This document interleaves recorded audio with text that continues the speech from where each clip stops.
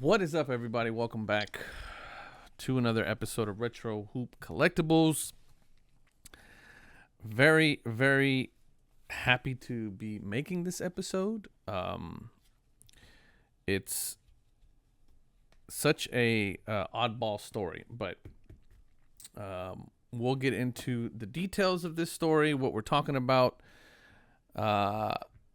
how things came across and all that stuff, because again, very whimsical type story to tell about how I got my hands on the card that I'm about to show you. Before we get into that, quick word for Carthedge, which is sponsor of the channel, kind of made this entire thing possible. So we'll be back in a sec.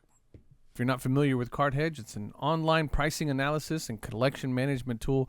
You guys see me use it all the time on the channel. I use it to check the value and market trends of different cards that I have. You can check the value of raw cards or graded cards from all the top grading companies. They have all that information pulled there on the site. Online pricing analysis tool is constantly being updated with up-to-date pricing in real time. Carthedge also has a massive catalog of cards that they have on the platform, and it's growing by the thousands every single day. My favorite thing of all is the comparator that they have, which allows you to compare different prices of the same exact card, but in different grading from different grading companies. So that's really handy whenever you're trying to decide where to send your cards off to get graded. They follow all the prices for all the top sports cards, as well as NFTs and Top Shots, if you're into that. And some more other things that they got currently in development. They're offering a 7-day trial to give you the opportunity to take it for a test drive. Click on the link below if you want to visit the website and get more details. All right. So, the last live stream that we did, which was a couple weeks ago, I started talking a little bit about the current state of my Olajuwon Prism Chase. I was talking about some of the cards that I'm missing, so let's talk about that first. So there's a total of 40 cards in the entire set, 40 parallels, right? And I know that's a little bit polarizing for some folks. A lot of people don't like the fact that, Panini printed so many parallels. And people were thinking, oh, that's just a big money grab, this, that, and other. I kind of agree with that a little bit, right? I mean, there's certainly kind of a money grab play to that, obviously. But I'm a collector at heart. If I think that something's cool and I have it, and then I find out that there's other versions of this very cool thing that I have, my ears perk up, and then I tend to want to chase it. I'm sort of a degenerate in that sense. That's just me. That's just how I'm wired. I'm just wired that way. If I know that there's a set to be completed, I want to complete that set. So in that case, Panini got me. Whatever. There's 40 cards to the set. I have all of them with the exception of really 3 cards, 5 if you include some of the unicorns. So here they are. We'll move this way and we'll go this way. It's gold to 10 is what I'm missing. Gold to 10. Black gold to 5. I don't have a picture of the Olajuwon black gold to 5. I'm trying to get on one, so maybe by the time I do the edit on this, I might have it, might not. If not, this is what it looks like. Neon green to 5. Now, this is the disco neon green, so it's the fast break parallels. So we're missing that one. And then, of course, the unicorns, right? The black shimmer 1 of 1, which is right here, because my boy, I think, who has this?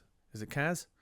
My boy Kaz has it out in Australia. I know exactly where that card is. I know exactly who has it, and he is not selling. So, in order for us to see this rainbow be completely done, I'll have to fly over to Australia. So, shout out to my boy Kaz. And then the other one is the Nebula 1 of 1, which has not surfaced yet that I know of. Here's a picture of what a nebula looks like, not necessarily the nebula that I'm chasing. But over the last couple of days, here, let's turn to this real quick. I did an update video not too long ago, and in my just stupidity and wasn't thinking straight, I neglected to mention the choice to 8 that was given to me by the good folks over at Card Capsule. Shout out to Card Capsule. I'll put the link in the description if you guys want to pick up some protecting cases. These cases, they sell these cases to protect your slabbed cards. They sell all kinds of stuff. They have I still have yet to buy one of those Pelican cases that they have, which are pretty dope. So I need to, but anyway, link is in the description if you guys want to check that out. Also, I did an entire video on the story behind this card. If you guys want to watch that, I'll link it up top. But very, very, very grateful to the folks over at Card Capsule. They had this on eBay for sale. I reached out to them, made them an offer, and then they were like, well, wait a second. Are you Retro Hoops? This card belongs to you. And so they sent it over to me. It's a beautiful thing. So once again, shout out to Card Capsule. This is what I want to show you guys, which is the Hakeem Olajuwon black 1 of 1 that I procured about a week and a half ago. So there it is, 1 of 1. Very, very. I was kind of geeking out a little bit. I was talking to my brother about it. I was just telling him how I never even imagined that I would be in possession of this card. My entire intention for my Rainbow Chase was really to just complete everything to 10 and above. If I can complete to 10 and above, I'll be happy. I now am in possession of 1 of the 3 1 of 1s. I know where the other one is, and we're just waiting for the third one, which is the Nebula, to surface. But in my possession, I have this card. To those of you who were on the live stream not last Sunday, because last Sunday was Mother's Day, the Sunday before that, we had a live stream. This card actually existed in my backyard. I had no idea. Shout out to my buddy Edward. We got together. He was on the live stream when I had just so happened to have been talking about it. And he said, hey, I actually have the black 1 of 1. And I'm like, what? And so I was completely shocked. And I immediately reached out to him, and he was gracious enough to sell it to me. To those of you who are doing Rainbow Chases, you understand that when you get down to the cards that are, say, below 25, numbered to 25 and below, it becomes very difficult not only to find the cards, but to find the cards in somebody's possession that does not have an attachment to that card. Edward was not the case with that. He actually was doing the Rainbow Chase, but then kind of just gave it up when he kind of realized how tough it was. And he has an amazing collection in his own right. And so he said, hey man, this card doesn't really, I mean, it's obviously a very special card, but I don't have nowhere near the attachment to it that you do. And once again, the graciousness and the generosity and the selflessness to be able to say, hey, it doesn't mean as much to me as it means to you. And prior to me meeting and we were complete strangers. We bonded over the cards. We had a nice little chat, and he did sell it to me. I'm not going to talk about money. We're not going to talk about how much. That's not for me to discuss. But I am in possession of it, and now I'm starting to think about how we're going to display. I feel like we are close enough to the end here. Obviously, there's a lot of work to be done still. I still need the black gold. I still need the gold, and I still need the neon green. If I can get my hands on either one of those 3, and if you guys know anybody that's out there, please, please, please send them my way. Or if you have one and you're willing to sell it, please let me know. But now that we're here, and I'll leave this here for a second.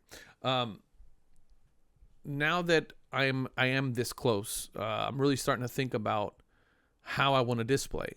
And so I would like to get you guys' input on how you've seen collections like this displayed, rainbow collections like this displayed, and start to kind of give me some ideas, because this one here is obviously in a PSA case. It's the only card that I have that is in a graded case. for as much as I hate to say it, and for as grateful as I am to Card Capsule, this is going to get cracked out of this case because I have no intentions of sending any of the other cards to PSA to be graded. And so we'll be cracking this out of the case. So, sorry to the folks at Card Capsule if that makes them angry in any way. But I really need to start thinking about displaying. And the question whether or not to grade or not to grade. There's always a debate on whether or not you should grade one of ones. Does it really matter? There's all these debates on how to do this. My initial gut reaction or knee-jerk reaction is to not grade any of them.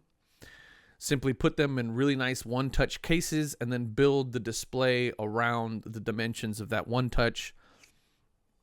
That's kind of what I'm going towards. It's obviously the most economical. But I feel like I'm missing that air of authenticity if I do it that way, especially with a card as big as the 1/1s, the 8, things like that. I kind of would like the authenticity portion of it that comes with grading. Obviously, we're not talking about anything spectacularly rare or anything that would be counterfeited, right? We're talking 2019, 2020 Prism. So I don't know. I really would like to get the opinion of you guys and really start to kind of formulate a couple of options. And then as I start to narrow those down, I might just do a poll and then let you guys decide how I'm going to display this, because I do want to display it. And I do want it to be once we figure out how we're going to display this, I do want to put it up on the wall, and it will become a permanent staple of what's going on behind me. So that's that.